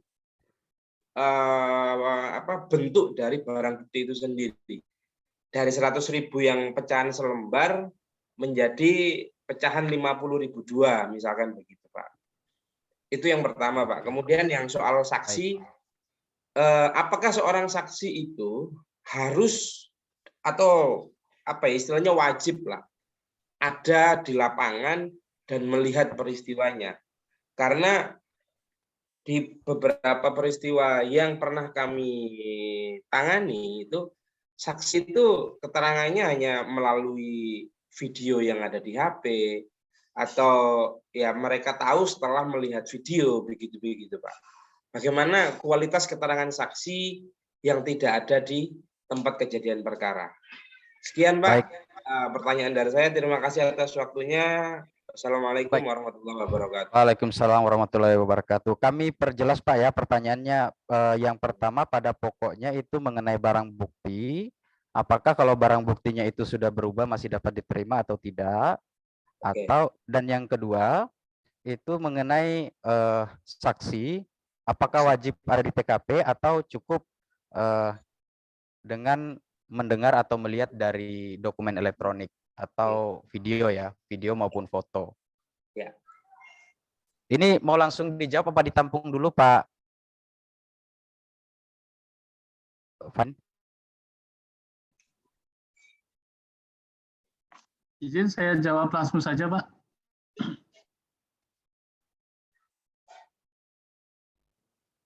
Ditampung dulu mungkin Pak ya. Silakan Pak. Ya. Terima kasih atas pertanyaan yang disampaikan dari Pak Mustafa ya, yang tadi dari Bawaslu Balikpapan ya. Ya, berkaitan dengan barang bukti money politik. Ya, ini kan berkaitan dengan nominal yang diberikan oleh si terlapor ya kepada masyarakat, apa seperti itu. Nah, barang bukti ini anggaplah uang 100.000 ini sudah digunakan oleh si masyarakat yang menerima ini untuk memberikan uang yang telah diberikan uang ya. Nah, di sini kita harus bisa melihat dulu apakah pada tindak pidana tersebut di istilahnya tertangkap tangan oleh pengawas pemilu yang ada di lapangan. Oh, terjadi tindak pidana money politik. Tentunya itu juga tidak terhadap barang bukti tersebut bisa langsung dilakukan penyitaan. Dan nominal yang ada di dalam, anggaplah di dalam amplop itu, anggaplah ada uang 100.000, ya harus tetap nominalnya 100.000. Nah, bagaimana kalau sudah digunakan? Ya, tentunya ini perlu adanya dituangkan di dalam berita acara pemeriksaan. Di dalam berita acara pemeriksaan, apakah benar si penerima ini menerima uang, gitu kan? Menerima uang, kemudian money politik, anggaplah 100.000, ya benar saya menerima uang tersebut. Nah, selanjutnya uang yang diterima tersebut diapakan? Anggaplah, oh sudah saya belanjakan untuk beli minyak, untuk beli kebutuhan sehari. Ya sudah, uangnya itu ya karena sudah ada keterangan bahwa iya dia menerimanya, uang tersebut sudah dipergunakan untuk beli minyak, ya sudah, nggak perlu uangnya kita minta lagi gitu loh. Karena apa? Uangnya sudah dipergunakan. Karena kalau kita menghadirkan uang 50.000 dua, ya, kemudian kita sajikan di dalam, ya udahlah, punya uang 100.000 enggak, gitu kan? Mana uang 100.000-nya? Ya udah sini serahkan uang 100.000-mu. Oh saya nggak bawa 100.000, bawanya 52, diserahkan ya. Ya, itu bukan barang bukti gitu loh. Oke. Barang bukti itu ya istilahnya apa yang sudah yang kita temukan di saat kita melakukan penggeledahan, kemudian melakukan penangkap tangan, gitu. Ya kalau memang dia menerima uangnya ke mana? Udah digunakan untuk belanja di warung A, si B, udah kan? Kita tinggal PAP lagi warung si B-nya ini, benar nggak si A ini belanja di warungmu, kan gitu? Oh benar, warung berapa belanja uangnya tadi? 100.000. Oh ya udah selesai kan? Benar, uangnya udah dibelanjakan, udah diganti minyak goreng, minyak apa, udah habis, udah digunakan, selesai kan gitu. Itu berkaitan dengan tindak pidana. Tentunya barang buktinya ya tidak hanya satu aja 100.000, mungkin ada tim sukses pasangan lawannya yang punya amplopnya, punya isinya kan gitu. Tapi ya salah satunya itu ya udah benar-benar dia menerima, udah digunakan, dan itu benar uang asli untuk menandakan bahwa itu suatu barang bukti. Kemudian selanjutnya yang saksi yang wajib melihat video. Nah, berkaitan dengan video ini, kesaksian orang yang melihat video, ya kita anggap sebagai saksi orang yang melihat video. Tapi berkaitan dengan video ini, apakah benar ini video yang ada di wilayah A, anggaplah gitu, dan dilakukannya kapan dan di mana? Jangan-jangan ini video udah lama pada saat pemilu tahun kemarin dilaksanakan, tapi baru uploadnya pas pemilu tahun ini, dan kebetulan pada saat pemilu 2024 mencalonkan lagi si ini. Nah ini perlu adanya pembuktian yang tadi, adanya alat bukti surat, perlu adanya pengecekan digital forensik. Ya. Digital forensik, apakah benar ini yang disampaikan, apakah ini peristiwanya pada saat pemilu 2024, anggaplah seperti itu, apakah udah lampau terjadinya, gitu. Istilahnya sudah daluarsa.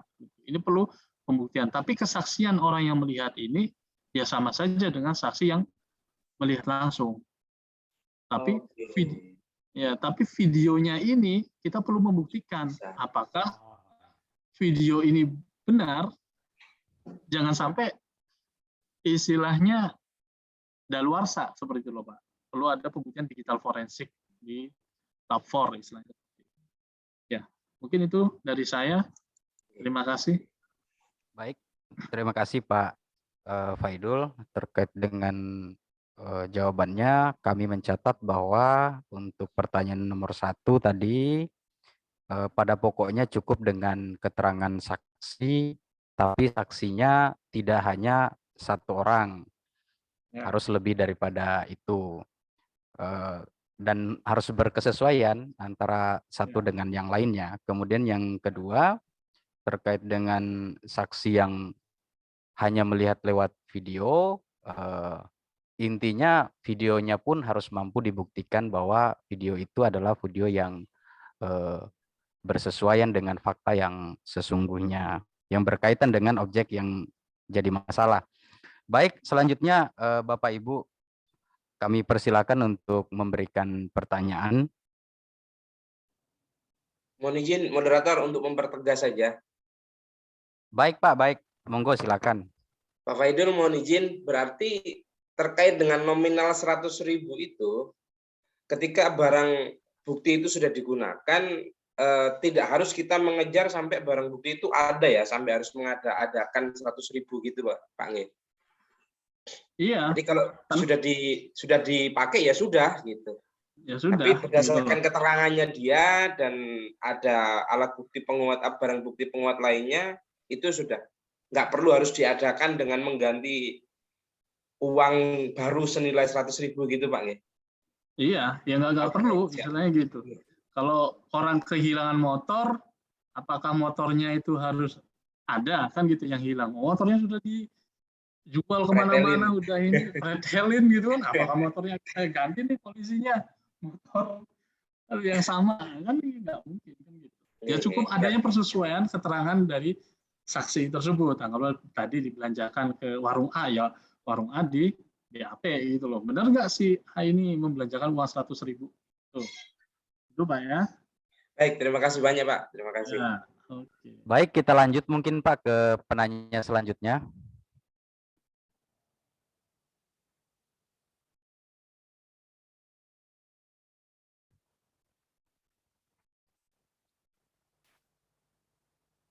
Baik, Pak Moderator. Silakan Pak Sofyan. Ya, terima kasih. Assalamualaikum warahmatullahi wabarakatuh. Waalaikumsalam warahmatullahi wabarakatuh. Pimpinan Provinsi Bawaslu Provinsi Kalimantan Timur Pak Ebin Marwi, untuk menghormati Pak narasumber Pak Muhammad Faidul. Terima kasih Pak atas pencerahannya. Mungkin langsung saja, hanya menyambung dari apa yang disampaikan oleh Bung Topan dari Balikpapan tadi. Ini kendala-kendala yang kami alami berdasarkan pengalaman pada penanganan pidana pemilu sebelumnya. Misalnya kita mendapatkan laporan dari seseorang terkait dengan money politik, Pak. Kemudian dia mendapatkan barang selembar 100.000 tunai. Kemudian yang mengetahui langsung, saksi yang mengetahui langsung ini tidak mau memberikan kesaksiannya kepada Bawaslu, namun dia menceritakan kepada pelapor. Apakah kesaksian pelapor ini bisa disandingkan dengan barang bukti tadi untuk dinaikkan ke tahap selanjutnya, Pak? Apakah bisa seperti itu? Mungkin itu pertanyaan untuk saya. Saya kembalikan ke moderator. Terima kasih. Saya akhiri. Wassalamualaikum warahmatullahi wabarakatuh. Waalaikumsalam. Baik, mungkin Pak Faidul bisa ditangkap tadi apa yang dimaksudkan oleh Pak Sofyan. Ya, terima kasih Pak Sofyan. Ya, berkaitan dengan orang yang menerima uang 100.000 tersebut, tapi orang tersebut tidak mau menjadi saksi, kan gitu. Tapi disampaikan kepada pelapor. Nah, tentunya ini kita juga harus bisa menggali gitu loh, motivasinya apa orang ini kan gitu. Udah nerima uang 100.000, tapi kemudian yang bersangkutan tidak mau menjadi saksi kan gitu. Dan tentunya kalau istilahnya saya ya sebagai jaksa dalam hal hanya sebagai seorang pelapor, tapi pelapor kemudian hanya memprasangka, ya kan? Prasangka, oh ini termasuk kategori prasangka kalau saya, Pak. Belum tentu benar apa yang disampaikan oleh si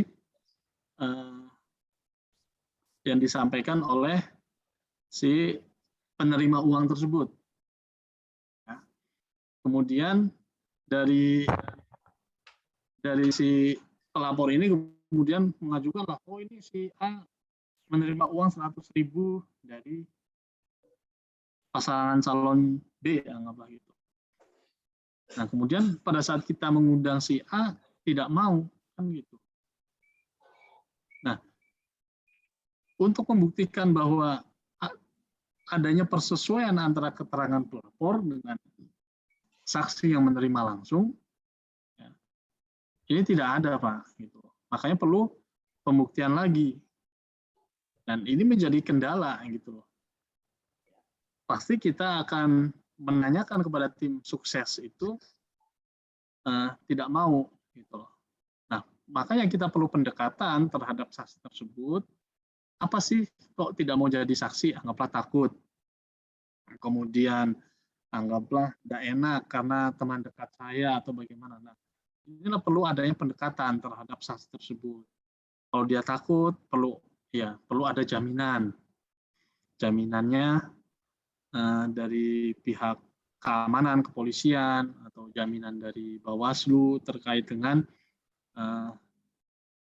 istilahnya berkaitan dengan si saksi ini, gitu loh. Ya minimal kita ngobrol-ngobrol dulu lah di rumahnya untuk menggali keterangan. Nggak perlu kita undang dulu ke istilah ke kantor ya. Kita dekatin dulu, datangin dulu ke rumahnya. Ini perlu teknik gitu loh. Kita mintain dulu ngobrol, gimana sih Pak, kok nggak mau jadi saksi, padahal Bapak kan ngelaporin ini ke pelapor pasangan calon si A, kan gitu. Kok Bapak nggak mau jadi saksi? Nah ini perlu pendekatan, apa motivasinya, gitu kan. Kemudian apa penyebabnya, apa yang menjadi persoalannya, dan ya syukur-syukur bisa digali lagi keterangannya. Oh, di samping saya yang terima ada lagi Pak tetangga yang terima. Nah siapa tahu nanti si B ini mau jadi saksi kan gitu Pak. Ya itulah istilahnya teknik-teknik intelijen lah ya seperti itu. Kita perlu pendekatan, tidak harus bahwa saksinya langsung ke mana? Ke istilahnya ke kantor Bawaslu. Ya, nanti datang ke orangnya pun ya cukup satu aja, nggak usah orang Bawaslu datang rame-rame ke sana. Datang aja pas habis maghrib kah, habis apa, habis isya, datang ke rumahnya, ngobrol aja, udah gitu aja untuk menggali keterangannya. Oh gitu, nanti siapa tahu nah ada saksi lagi yang dia lihat ke siapa karena pendekatan. Nah bisa digali dari sebelah. Mungkin itu Pak teknik-tekniknya untuk orang yang laporin kemudian tidak mau jadi saksi seperti itu. Begitu ya Pak Sofyan. Ya, terima kasih saya. Pak. Ya. Baik. Terima kasih Pak Faidul atas penjelasannya. Memang sepertinya butuh trik khusus untuk mendekati saksi, yang kemudian juga di sisi yang lain kita sebagai penyelenggara pemilu ini melakukan penanganan cukup ringkas waktunya Pak, singkat sekali. Mudah-mudahan bisa terlaksana dengan baik Pak. Kemudian kami lanjutkan ke penanya selanjutnya. Silakan Pak.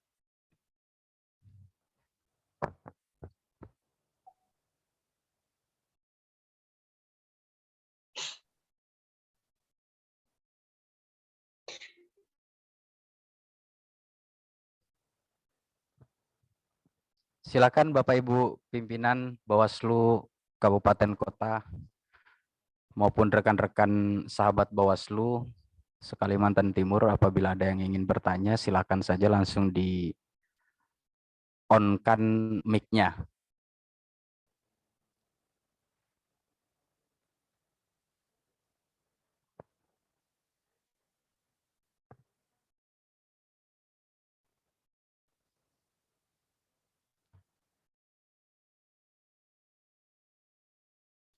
Halo, ada lagi Pak yang ingin bertanya Pak?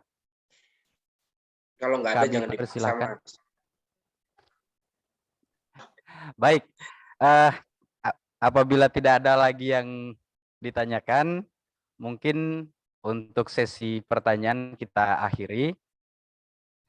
Kemudian selanjutnya kami persilakan kepada Pak Muhammad Faidul Alim Romas SHMH untuk memberikan closing statement. Waktu dan kesempatan kami persilahkan. Terima kasih, moderator. Yang saya sampaikan ini berkaitan dengan teknik pengumpulan alat bukti ya. Alat bukti ini memang harus kita mempunyai trik-trik tersendiri dalam hal pendekatan, terutama dalam hal pendekatan terhadap para saksi-saksi ini ya, yang tentunya saksi ini merupakan peranan penting dalam kita mendapatkan atau memperoleh suatu alat bukti lainnya. Dan saya harapkan materi yang saya sampaikan ini bisa bermanfaat bagi rekan-rekan seluruh anggota Bawaslu di Provinsi Kalimantan Timur, yang tentunya nanti di dalam tahapan pemilu dalam hal menangani suatu laporan, suatu tindak pidana, sudah bisa memahami dan sudah bisa menjalankan tupoksinya sesuai dengan apa yang ada di dalam undang-undang, terutama dalam pengumpulan alat bukti.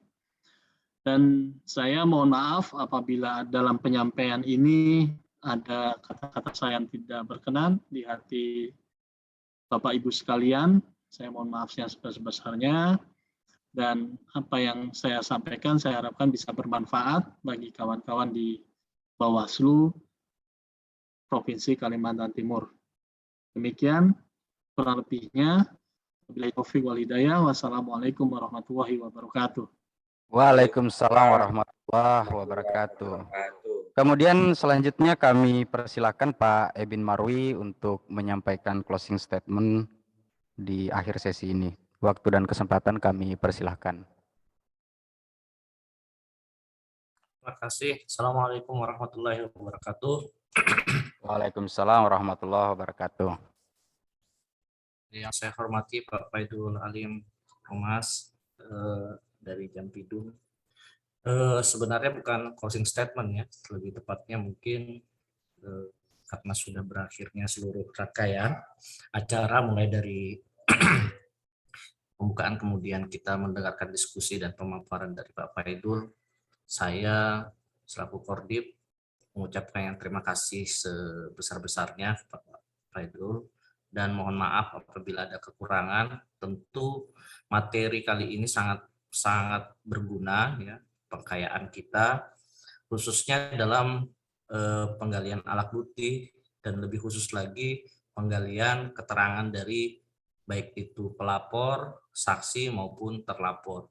Karena seringkali ketika pembahasan dua kekurangan keterangan ya dari terlapor ataupun saksi-saksi yang diperiksa itu menjadi penghambat ketidaksepakatan antara tiga lembaga untuk naik ke tingkat SPKT ya, sebelum apakah ini ditindaklanjuti oleh penyidik ke tingkat penyidikan. Nah, itu yang seringkali terkendala, khususnya di kabupaten kota yang menjadi ujung tombak dari penanganan tindak pidana pemilu. Waktu bagi penanganan pelanggaran pidana pemilu di Bawaslu Kabupaten di Bawaslu itu selama 14 hari kalender ketika Pak pemilu. Nah, waktu yang sebenarnya meskipun bisa dikatakan singkat, tetapi jauh lebih baik daripada ketika di pemilihan, yaitu hanya 5 hari kalender. 14 hari kerja ini dengan bantuan dan apa yang tadi dipaparkan ya oleh pemateri, mulai dari persiapan, mulai dari pendalaman, pendekatan, dan pengembangan saksi, saya rasa cukup untuk memaparkan, setidaknya menemukan 2 alat bukti ya untuk dipaparkan ketika pembahasan 2. Nah, keterhubungan atau keterkaitan antara alat bukti satu dengan alat bukti yang lain ini sangat penting bagi teman-teman sekalian. Hari ini kita mendapatkan materi yang sangat berguna, ya, sangat baik untuk kita terapkan pada kesempatan penyelidikan di Bawaslu, khususnya di Bawaslu Kabupaten Kota. Sekali lagi terima kasih Pak Faidul atas penyampaiannya. Saya mohon maaf juga apabila saya ada kurang berkenan, dengan mengucap alhamdulillahirabbil alamin. Peningkatan kapasitas pada hari ini, saya tutup Pak moderator ya. Iya Pak, silakan Pak. Oke, peningkatan kapasitas pada kesempatan kali ini resmi saya tutup. Demikian dari saya, akhirul kalam, wallahul muwaffiq ila aqwamit thoriq. Wassalamualaikum warahmatullahi wabarakatuh. Waalaikumsalam warahmatullahi Waalaikumsalam. wabarakatuh. Sejahtera bagi kita semua. Terima kasih Pak Ebin atas arahan dan masukan kepada rekan-rekan sahabat Bawaslu. Kami dari panitia yang bertugas, mohon maaf apabila ada kekeliruan atau ada kekurangan dalam memandu acara ini. Kami akhiri. Billahi taufiq wal hidayah. Wallahu muwaffiq ila aqwamit thoriq. Assalamualaikum warahmatullahi wabarakatuh. Waalaikumsalam warahmatullahi wabarakatuh. Salam buat Pak Angling ya Pak. Iya siap Pak Ebin, nanti saya sampaikan. Pak Angling lagi ada kegiatan, makanya saya yang wakilin. Iya, saya kemarin sempat ngobrol waktu di Raja Ampat itu. Oh Raja Ampat ya. Cuma mungkin nggak sempat panjang karena kemarin saya sampaikan ke ini materinya mungkin masih di tingkat nanti aja. Oh iya, nanti gitu ya. kalau perlu. Nanti Siap, kalau siap. salam dari Bawaslu Kaltim, mungkin Siap, siap. saya nama saya. Iya, siap. Terima kasih Pak Ebin atas Ya, sama-sama Pak waktunya. Ya. Nggih. Assalamualaikum. Pak Faidul. Waalaikumsalam.